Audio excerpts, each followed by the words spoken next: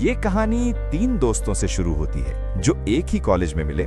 وقت کے ساتھ ان کے راستے الگ ہو گئے، لیکن ایک چیز کبھی نہیں بدلی۔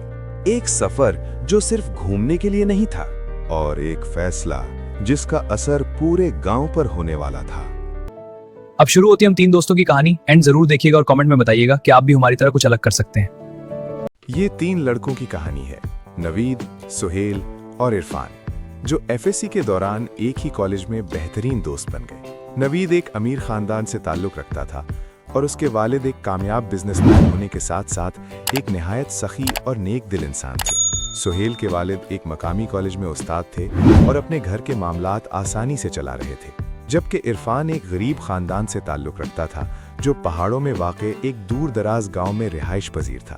عرفان کو شہر میں اس کے ماموں نے پالا جو اپنی کریانے کی دکان چلا رہے تھے اور عرفان کے والد سے کچھ بہتر حیثیت رکھتے تھے۔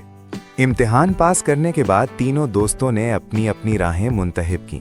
نوید نے الیکٹریکل انجینئرنگ میں داخلہ لیا، سہیل نے خود کو ایک سیلف میڈ انسان بنانے کے لیے مختلف نوکریوں کے لیے اپلائی کیا، جبکہ عرفان نے اپنے ماموں کی مشکلات کم کرنے کے لیے بطور الیکٹریشین اپنی دکان کھول لی۔ سہیل اور عرفان نے نوکری کے ساتھ ساتھ پرائیویٹ پڑھائی بھی جاری رکھی، جبکہ نوید انجینئرنگ یونیورسٹی میں اپنی تعلیم مکمل کرتا رہا۔ یہ تینوں ہر اتوار کو رات کے کھانے پر ملا کرتے اور اپنے روزمرہ تجربات اور باتیں شیئر کرتے۔ اسی طرح وقت گزرتا رہا۔ 5 سال بعد نوید ایک ماہر انجینئر بن گیا اور ٹربائن بنانے والی انڈسٹری میں اپنی نوکری شروع کی۔ اسی دوران عرفان ایک تجربہ کار الیکٹریشین بن گیا اور سہیل نے بھی بجلی کے گرڈ اسٹیشن میں ایک نمایاں عہدہ حاصل کر لیا، جہاں اس نے اچھی خاصی مہارت حاصل کر لی۔ تینوں نے اتوار کے ڈنر پر ملنے کی روایت برقرار رکھی۔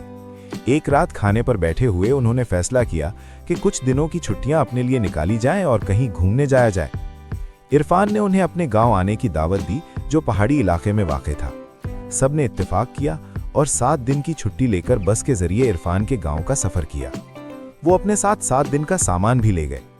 سفر کا مزہ لیتے ہوئے وہ رات کے وقت عرفان کے گاؤں پہنچے۔ وہاں عرفان کے والدین نے ان کا اندھیرے میں استقبال کیا کیونکہ گاؤں میں بجلی نہیں تھی۔ حقیقت میں یہ گاؤں بنیادی سہولتوں کے اعتبار سے دیگر علاقوں سے بہت پیچھے تھا۔ اپنے قیام کے دوران انہوں نے پورے علاقے کی سیر کی جو پہاڑوں اور ہریالی سے بھرا ہوا تھا۔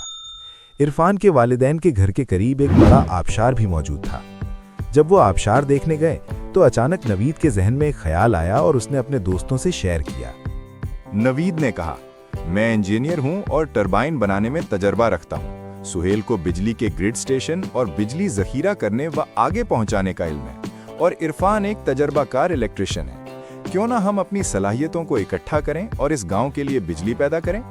سب کو یہ خیال پسند آیا، مگر سب سے بڑی رکاوٹ یہ تھی کہ اس منصوبے کے لیے فنڈز کہاں سے آئیں گے۔ نوید نے کہا کہ وہ اپنے والد سے بات کرے گا جو نہایت سخی ہیں اور کاروباری برادری میں اثر و رسوخ رکھتے ہیں۔ اگلے دن وہ سب واپس شہر لوٹ آئے۔ نوید نے اپنے والد کو منصوبہ بتایا، جنہوں نے نہ صرف تعریف کی بلکہ مالی مدد کا وعدہ بھی کیا۔ 3 ماہ بعد نوید کے والد نے ایک بڑی رقم اکٹھی کر کے تینوں دوستوں کو دی۔ نوید نے اپنی فیکٹری میں ایک نیا ٹربائن بنانا شروع کیا، جبکہ سہیل اور عرفان نے منصوبے کے لیے ضروری سامان خریدنا شروع کیا۔ 3 ماہ کی محنت کے بعد منصوبہ مکمل ہونے کے قریب تھا۔ انہوں نے بھاری ٹربائن، برقی تاریں، اوزار اور دیگر سامان ٹرکوں میں لادا اور عرفان کے گاؤں روانہ ہو گئے۔ ان کے ساتھ کرین اور دیگر بھاری مشینری بھی تھی۔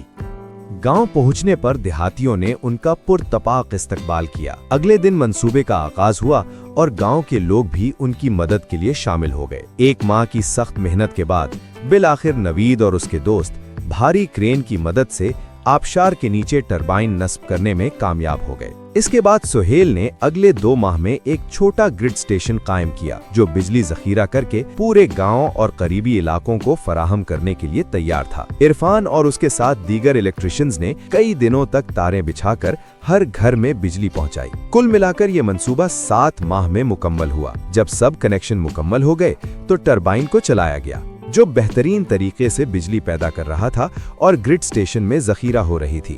دوران ٹیسٹ کچھ خرابیاں آئیں جو سہیل اور اس کی ٹیم نے فوراً درست کر لیں۔ اس کے بعد ہر گھر میں بلب، پنکھے اور اسٹریٹ لائٹس بھی لگا دی گئیں۔